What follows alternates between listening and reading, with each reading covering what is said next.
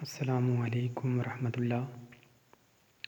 سامعین و ناظرین، میں بھی جو ویڈیو پیش کرنے لگا ہوں نماز سے متعلق چند اہم مسائل ہیں۔ بہت اہم چیزیں ہیں یہ نماز کے لیے، اگر ان کا نہ پتہ ہو تو نماز مکمل نہیں ہوتی، نماز فاسد ہو جاتی ہے کہ نماز پڑھی ہوئی بھی اس کی شرائط پر پورا نہ اترنے سے نماز ہم نے تو ادا کی لیکن وہ پڑھنے میں شمار نہ ہوگی۔ نماز سے متعلق چند اہم مسائل۔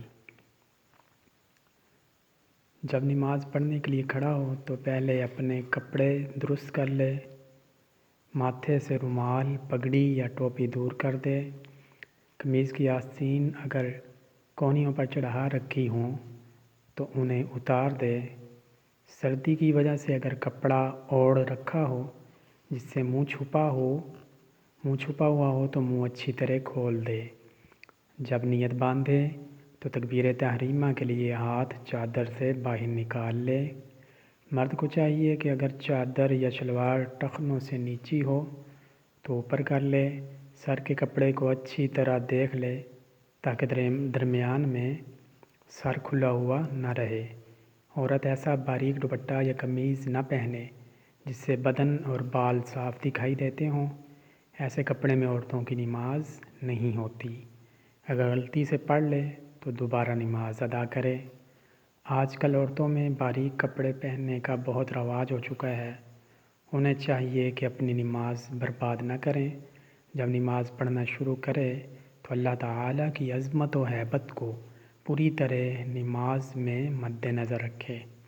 نماز کی ہر حرکت کو پوری تسلی و اطمینان سے ادا کرے۔ قرأت اس طرح پڑھے گویا خدا کے سامنے سبق سنا رہا ہے، اور اس طرح ادا کرے گویا اپنی زندگی کی آخری نماز ادا کر رہا ہے، اور یہ تصور کرے کہ میں خدا کو دیکھ رہا ہوں۔ اگر یہ نہ ہو سکے تو کم از کم یہ تصور کرے کہ خدا مجھے دیکھ رہا ہے۔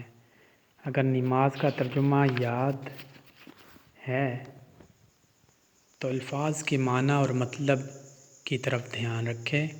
اگر معنی نہ جانتا ہو تو ہر اگلے حرف کی طرف دھیان کرتا ہوا پڑھتا جائے۔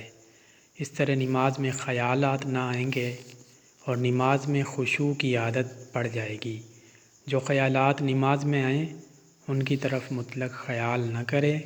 خیالات کا آنا برا نہیں بلکہ خیالات کو خود لانا برا ہے۔ جب نماز کے لیے کھڑا ہو تو دونوں پاؤں کے درمیان کم از کم تقریباً 4 انگل کا فاصلہ ہو، پاؤں کی انگلیوں کا رخ سیدھا کعبہ کی طرف ہو۔